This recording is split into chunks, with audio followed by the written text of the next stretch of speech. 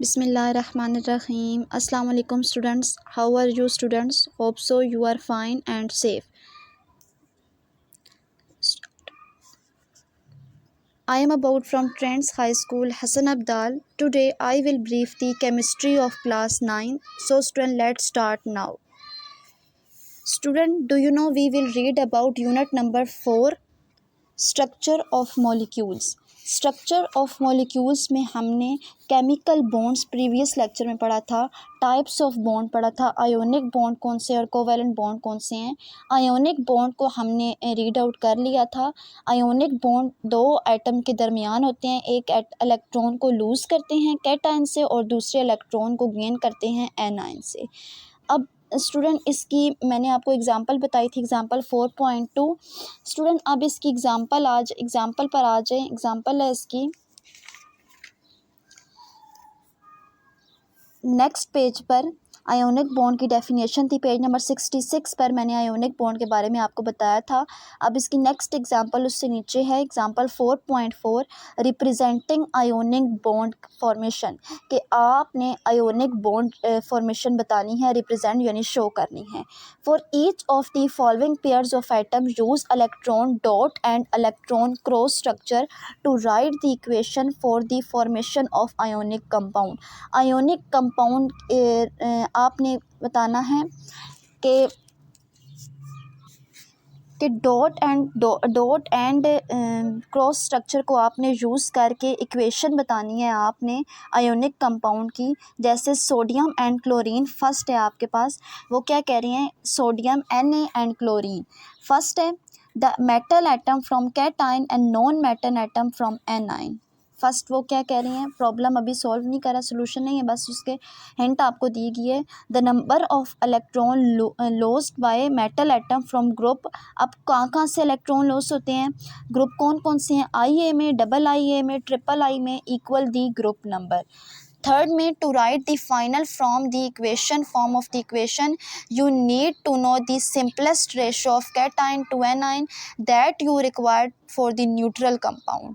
Fourth में वो क्या कह रहे हैं, write equation using electron dot and electron cross structure. Simply इसमें ये क्या है कि आपने electron dot structure and electron cross structure को शो करना है और बताना है कि डॉट स्ट्रक्चर में एटम कितने इलेक्ट्रॉन लूज करता है, क्रॉस स्ट्रक्चर में कितने आपके पास आते हैं। तो आप स्टार्ट करते हैं। फर्स्ट इसका सोल्यूशन है, sodium is metal and chlorine is non metal. First इसका पॉइंट क्या है कि सोडियम मेटल है जबकि क्लोरीन मेटल नहीं है, वो नॉन मेटल है। Metal atom tend to lose electron and non metal atom tend to gain electron. आपको पता होना चाहिए कि मेटल एटम क्या करते हैं, इलेक्ट्रॉन लूज करते हैं, और नॉन मेटल एटम क्या करते हैं, इलेक्ट्रॉन गेन करते हैं to acquire electronic configuration of nearest noble gases. कहाँ पर, जो उनके करीब तरीन नोबल गैस होती है वहाँ से वो क्या करती हैं, इलेक्ट्रॉन को लूज़ भी करते हैं और इलेक्ट्रॉन को गेन भी करते हैं। Since sodium atom has one electron in the outermost shell, sodium atom के आउटर मोस्ट शेल में एक इलेक्ट्रॉन मौजूद होता है। It loses one electron from the sodium ion. तो वो क्या करता है, एक इलेक्ट्रॉन उसके आउटर मोस्ट शेल में मौजूद होता है तो वो लूज़ करता है। तो since chlorine atom has 7 electron in the outermost shell, बनिस्बत सोडियम के क्लोरीन के कितने इलेक्ट्रॉन्स होते हैं, 7 इलेक्ट्रॉन उसके आउटर मोस्ट शेल में मौजूद होते हैं। तो इसको अपना ऑक्टेट कंप्लीट करने के लिए एक इलेक्ट्रॉन की ज़रूरत होती है। तो वो कहाँ से लेगी, तो वो गेन करेगी, क्लोरीन कहाँ से इलेक्ट्रॉन गेन करेगी, सोडियम से। For every sodium ion you need 1 chlorine ion. तो अब आप नीचे देखें, आपने नीचे क्या देखा कि सोडियम ने एक इलेक्ट्रॉन दिया है क्लोरीन को। ये देखिए नेक्स्ट उसमें एक इलेक्ट्रॉन किसके पास क्या है, क्लोरीन के पास। डायग्राम में आपको नज़र आ रहा है sodium and chlorine goes to, sodium ने एक इलेक्ट्रॉन क्लोरीन को दिया है, पॉजिटिव चार्ज, और ऊपर नेगेटिव चार्ज आपको शो कर रहा है। अब आगे नेक्स्ट उसमें देखें, नेक्स्ट में वो आपको क्या कह रहे हैं, So student, next है magnesium is metal and fluorine is non-metal. Magnesium atom has 2 electron in the outermost shell. के magnesium atom के अंदर कितने इलेक्ट्रॉन मौजूद होते हैं? इसके outermost shell में 2 electron. It loses 2 electron from the magnesium ion. तो वो कितने इलेक्ट्रॉन लूज़ करता है? 2 इलेक्ट्रॉन ही लूज़ करता है. Fluorine atom has 7 electron in the outermost shell. जबकि फ्लोरीन के अंदर कितने इलेक्ट्रॉन्स मौजूद होते हैं? 7 electron. It gains 1 electron from fluorine ion. तो वो कितना गेन करेगा? फ्लोरीन आयन से 1 इलेक्ट्रॉन ही गेन करेगा. For every magnesium ion you need fluorine ion. देखिए, अब आपको मैग्नीशियम आयन के लिए 2 फ्लोरीन एटम की ज़रूरत होती है. आप नीचे डायग्राम पे देखें, मैग्नीशियम बता रहे हैं मैग्नीशियम गोज़ टू कितने इलेक्ट्रॉन की फ्लोरीन को ज़रूरत है? 2 इलेक्ट्रॉन की ज़रूरत है गोज़ टू मैग्नीशियम. और आगे देखें फ्लोरीन, यानी आपके पास इस मैग्नीशियम को कितनी ज़रूरत है इलेक्ट्रॉन की? फ्लोरीन को 2 इलेक्ट्रॉन्स की. तो वो क्या कर रहा है? मैग्नीशियम से ले रहा है 2 इलेक्ट्रॉन्स. ठीक है, क्लियर हो गया. सो स्टूडेंट, ये थी एग्जांपल 4.4. ये आपने बुक पर ही सॉल्व आउट करनी है, इसको रीड आउट करना है आपने. इसको करवाने का मकसद ये है कि आपके माइंड में ये हो कि पेपर में अगर आ जाती है तो आपने किस तरीके से इसको सॉल्व आउट करना है. सो स्टूडेंट, आपने ये बात इसकी सॉल्यूशन में जो लिखा हुआ है इसको आपने याद रखना है कि सोडियम कितने इलेक्ट्रॉन करता है और क्लोरीन के पास क्लोरीन को कितने इलेक्ट्रॉन्स की ज़रूरत है. नीचे मैग्नीशियम के कितने इलेक्ट्रॉन्स हैं और फ्लोरीन को कितने इलेक्ट्रॉन्स की ज़रूरत है. तो ये डायग्राम आपको क्लियर कट बताई जा रही है.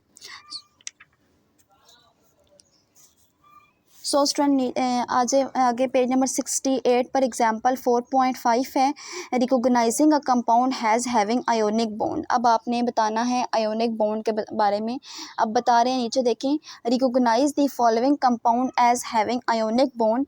अब आगे आपको बता रहे हैं, फर्स्ट है आपके पास मैग्नीशियम एंड ऑक्सीजन. अब आपने इसको करना है. और सेकंड है आपके पास सोडियम एंड फ्लोरीन.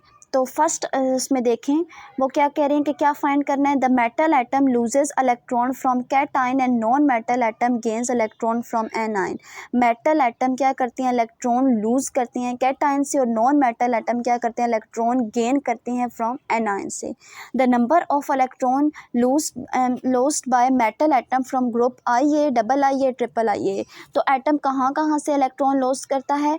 ये 3 ग्रुप्स बताए गए आपको. Equal the group number, the number of electron gained by the non-metal atom is equal to the 8- group. अब find the simplest ratio of cation to anion to identify the compound. अब आपने simplest ratio find out करनी है किसकी? Cation की और A9 की. और आपने कंपाउंड की शिनाख्त करनी है कि ये कौन सा कंपाउंड है.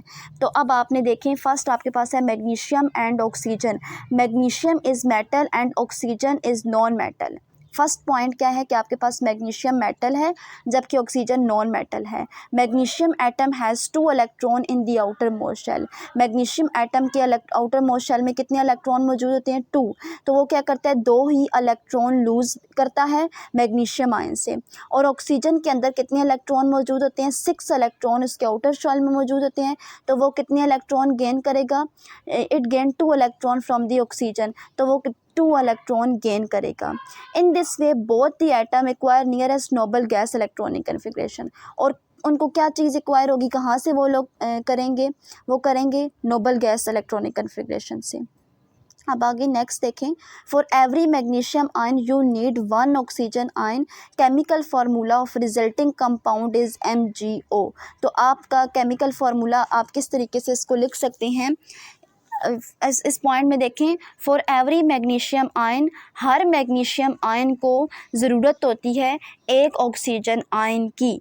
तो केमिकल फार्मूला किस तरीके से लिख सकते हैं? MgO, यानी magnesium and oxygen. Therefore MgO is ionic compound. आपने आइडेंटिफाई करना था कि ये किस कंपाउंड से बिलोंग कर रहा है, तो वो किससे? आयोनिक कंपाउंड है. नेक्स्ट में sodium is metal and fluorine is non metal. Sodium atom has 1 electron in the outer most shell and it lose 1 electron from the sodium ion.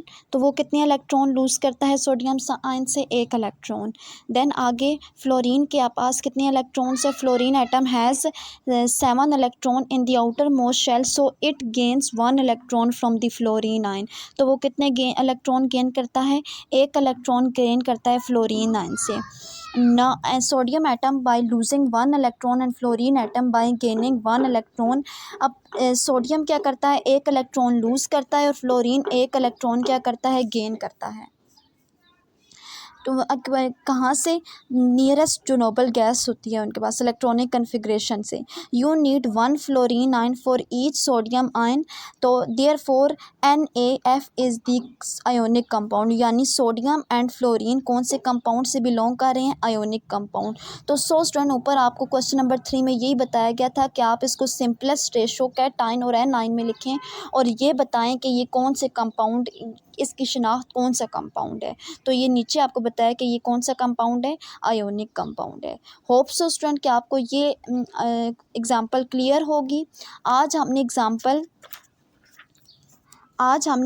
4.4 and 4.5 की है। होप सो कि आपको clear होगी। Student आप ये examples जो हैं ionic bond से रिलेटेड थी। आयोनिक बॉन्ड वाले टॉपिक को आपने रिवाइज़ करना है, और देन आपने इससे रिलेटेड एग्जांपल 4.2, 4.4 एंड 4.5 को आपने प्रैक्टिस करनी है। होप सो कि आज का लेक्चर आपको क्लियर होगा। ओके स्टूडेंट, अपना बहुत सारा ख्याल रखिएगा, अपनी ख़ास दुआएं मुझे लाजमी याद रखिएगा। नेक्स्ट लेक्चर तक के लिए अल्लाह हाफिज़।